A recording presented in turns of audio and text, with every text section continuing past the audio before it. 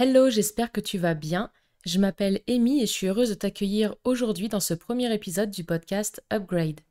J'ai pas mal hésité à faire ce premier épisode de présentation parce que j'avais envie de rentrer directement dans le vif du sujet et de t'apporter de la valeur dès le premier épisode, mais en écoutant d'autres podcasts, je me suis rendu compte que j'aimais bien les épisodes où les créateurs de podcasts se présentaient. Je trouvais ça intéressant d'en savoir plus sur qui se trouve derrière le micro et je me suis dit que peut-être ce serait ton cas également. Donc sans transition, je vais t'en dire un peu plus sur qui je suis et sur la raison d'être de ce podcast. Donc comme tu le sais déjà, je m'appelle Amy et au moment de tourner ce premier épisode, j'ai 34 ans et je partage ma vie entre une belle région située à 1 heure de Lyon et Dubaï aux Émirats Arabes Unis. Je t'expliquerai pourquoi dans un petit instant. J'adore ma région, honnêtement, après avoir vécu au Canada, en Australie et par intermittence aux États-Unis sur de plus courtes périodes, et puis maintenant à Dubaï, je peux t'assurer que je suis trop heureuse de rentrer dans ma région. Elle est pleine de beaux paysages, entre les collines pleines de vignes et les forêts, avec de la bonne nourriture, des événements sympas, et puis mes racines familiales et amicales. Quand j'étais petite, j'adorais l'école, et pourtant mes bulletins, ils étaient remplis de commentaires comme « a du potentiel mais ne l'exploite pas »,« fait le minimum vital » ou encore « peut mieux faire ». Bon, j'étais en avance grâce à mon HPI, mais je me donnais clairement pas les moyens. Je faisais mes devoirs en quelques minutes et puis je passais plus de temps à écrire des mots d'amour à mes meilleures copines sur des papiers à lettres Diddle, ou encore à écouter de la musique ou partir rêvasser sur mon vélo dans les chemins en terre derrière chez moi, plutôt qu'à réviser. Et pourtant, ça m'a pas empêché d'enchaîner les diplômes dans des domaines relativement différents, les langues étrangères, l'administration économique et sociale, management de projet, marketing, etc. J'ai aussi fait un certificat pour être hôtesse de l'air ou encore préparatrice mentale, et le tout avec en parallèle une pratique musicale à plutôt haut niveau. Bref, t'as compris, j'ai toujours été curieuse, j'aime apprendre et je déteste stagner, sale don de me mettre carrément en déprime même. C'est sûrement pour ça que, bien que personne autour de moi ne soit dans l'entrepreneuriat, je me suis lancée en 2012. 2012, c'est l'année qui a fait basculer ma vie. À l'époque, je sortais à peine de mon master en management de projet et je travaillais comme commerciale dans 3 salles de sport à Lyon.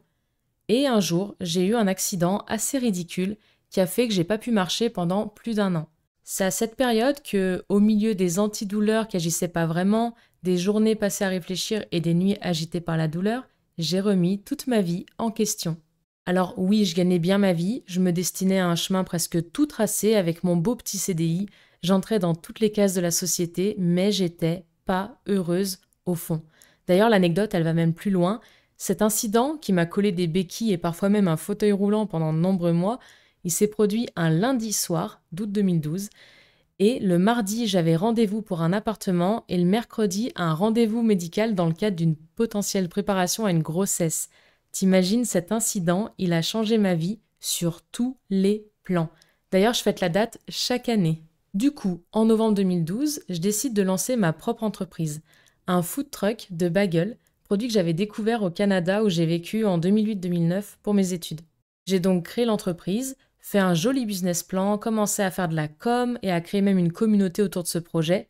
J'ai établi des partenariats avec des producteurs locaux pour avoir des ingrédients frais pour mes bagels.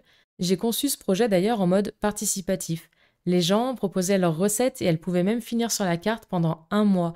L'engouement était grave au rendez-vous et moi je me suis découvert une passion pour la création de projets entrepreneuriaux. Seulement en 2013, j'ai dû cesser cette entreprise faute d'autorisation nécessaire pour installer mon food truck et surtout faute d'avoir trouvé la bonne personne avec qui m'associer pour le côté opérationnel, vu que moi-même j'étais pas dans la capacité physique de tenir le food truck à ce moment-là. Mais j'ai appris tellement de choses que je peux pas considérer cette expérience comme un échec, bien au contraire. Fin 2013, alors que je remarchais depuis quelques semaines de manière à peu près convenable, par un beau dimanche matin, j'ai annoncé à ma mère que la veille au soir, j'avais pris une décision. Je voulais initialement retourner au Canada, mais comme l'accès au permis vacances-travail, autrement appelé PVT, avait changé et ressemblait plus à une loterie qu'à une candidature, j'avais pris la décision, en attendant le potentiel PVT, de partir 1 an en Australie, comme si c'était sur la route, et j'avais eu mon PVT en 2 heures pour cette destination aussi nouvelle que soudaine. Je te laisse imaginer la tête de ma mère qui rangeait sa tasse de café dans le lave-vaisselle à ce moment-là. Janvier 2014, me voilà donc partie en Australie et ce voyage a énormément impacté ma carrière. J'ai profité de ces 2 ans et quelques en Australie, au lieu des 1 an prévu, pour me mettre à fond dans la batterie, mon instrument de prédilection. J'avais déjà commencé quelques années auparavant à faire des prestations comme percussionniste professionnel pour divers orchestres et groupes, mais jouer de la batterie en public, ça me stressait vraiment. Quand j'avais 9 ans, j'ai commencé les cours de percussion au conservatoire de ma ville, et mon prof de percu a refusé de m'apprendre la batterie parce que, je cite, « Les filles, ça n'a rien à faire derrière une batterie ». Et quelques temps plus tard à l'orchestre, le batteur en place, qui était âgé de quelques années de plus que moi, il a tenu le même discours et il refusait de me laisser la batterie, même quand j'avais des partitions à jouer qui nécessitaient que je l'utilise. Bref, j'ai certainement dû intégrer cette idée que j'étais pas légitime derrière ma batterie, et elle m'a suivi tout au long de ma vie. J'avais un vrai problème de confiance en moi à la batterie, mais par contre j'arrivais sans problème à aller vers les gens et à créer du lien. C'est donc comme ça qu'en mars 2016, je me suis retrouvée à être invitée à jouer de la batterie avec Brian Fraser-Moore, le batteur de Madonna et Justin Timberlake à l'époque et maintenant celui de Pink, lors d'une de ses masterclass à Brisbane. C'était juste pour s'amuser, l'ambiance était détendue, moi je venais de passer 1 an et demi à travailler sur ma confiance en moi, et pourtant, au moment où il m'a appelée pour monter sur scène avec lui, je me suis décomposée, liquéfiée, et j'ai envoyé un pote à ma place. Après ça, j'ai eu tellement honte et j'étais tellement en colère contre moi-même qu'entre 2 sanglots, je me suis juré de plus jamais ressentir ça. Quelques jours plus tard, alors que je devais rentrer en France, me voilà donc partie, à la place, pour 3 mois de road trip entre l'Australie, Tahiti, la côte ouest des États-Unis et le Canada d'ouest en est, avec 500 $ en poche, en dehors du billet d'avion multidestination que j'avais déjà payé et qui m'avait coûté même pas 200 $ de plus que le retour Australie-France seul. À ce moment-là, moi je n'ai qu'un seul objectif, c'est trouver des batteurs, connus ou pas, mais toujours meilleurs que moi, et me forcer à jouer devant eux. C'est comme ça que je me suis retrouvée à jouer devant et avec des batteurs de renommée internationale, comme notamment celui des Red Hot Chili Peppers, ou encore celui de Rihanna, de Toto, etc., ou encore dans les studios de la plus grosse chaîne YouTube pour les cours de batterie, Drumeo. Et le tout en dormant chez des inconnus, parfois au dernier moment, ce qui a clairement pas été facile, mais qui m'a permis de créer de nouvelles amitiés et aussi plus tard des partenariats solides avec certains professionnels rencontrés pendant ce voyage. Au cours de ce voyage, j'ai d'ailleurs rencontré beaucoup d'entrepreneurs et je leur ai posé à chaque fois les 2 mêmes questions. La première, c'était « Est-ce que tu considères avoir réussi ?» Ce qui automatiquement déclenchait une explication de ce qu'est la réussite pour eux. Et la deuxième question, c'était « Qu'est-ce qui, selon toi, t'a permis d'en arriver là ?»